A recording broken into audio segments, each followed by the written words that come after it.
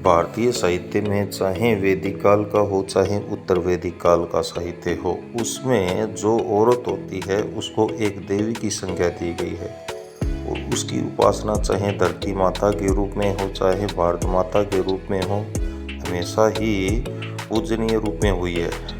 और कहीं पर जो शिक्षा से संबंधित बात आई है तो उसको संभालने की स्थिति में भी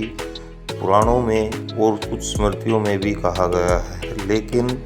आज के भारत में, आधुनिक भारत में गत आज़ादी के बाद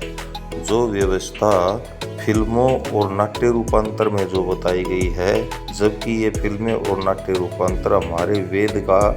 जो उपवेद है, गंधर्व वेद और नाट्य शास्त्र से ली गई कला का ही एक नमूना है।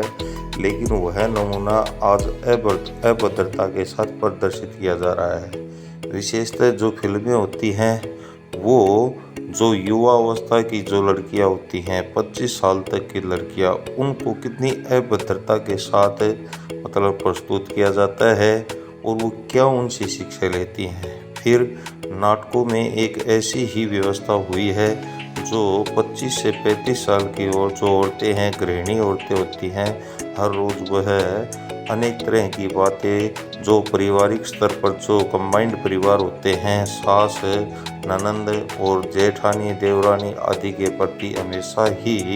नकारात्मक भावना के साथ नाट्य रूपांतर हो रहा है, जो कि उसकी मानसिकता को बिगाड़ता है। जबकि हमको ये भी पता है कि हमारी जो गृहस्थ जीवन है उसके जो आधार रीढ़ की हड्डी वो महिला होती है, लेकिन उसकी मानसिकता को इस तरह से बिगाड़ा जा रहा है ये नाट्य रूपांतर के दौरान, जिससे कि वो हर रोज़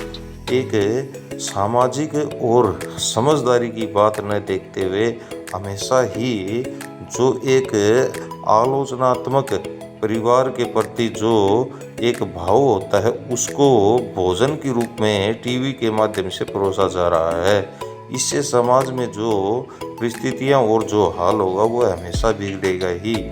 लेकिन दुर्भाग्य की बात यह है कि किसी भी शास्त्र में नारी से संबंधित कोई बात समझाने या शिक्षा के रूप में बताई गई है तो उसका ये जो हमारे नेतागण हैं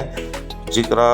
जोरों शोरों से उठाकर उसका प्रदर्शन करते हैं केवल वोट की राजनीति के दौरान। लेकिन जो नाट्य रूपांतर में महिलाओं के शिक्षा से संबंधित और कैसे अपना जो सामाजिक जीवन का ढांचा होता है, चाहे जो नाते होते हैं परिवार में, भाई बहन का होता है, माता पिता का होता है, बहू सास का होता है, और जो अन्य नाते जो सुचारू रूप से सही ढंग से जिए जा सके हैं, उनका किसी तरह से कोई भी वर्णन नहीं है और न ही ये जो नेतागण हैं उसकी किसी तरह की आलोचना करते हैं। तो समाज कहाँ पर जा रहा है, किस दिशा में जा रहा है, यह विचारणीय बात है।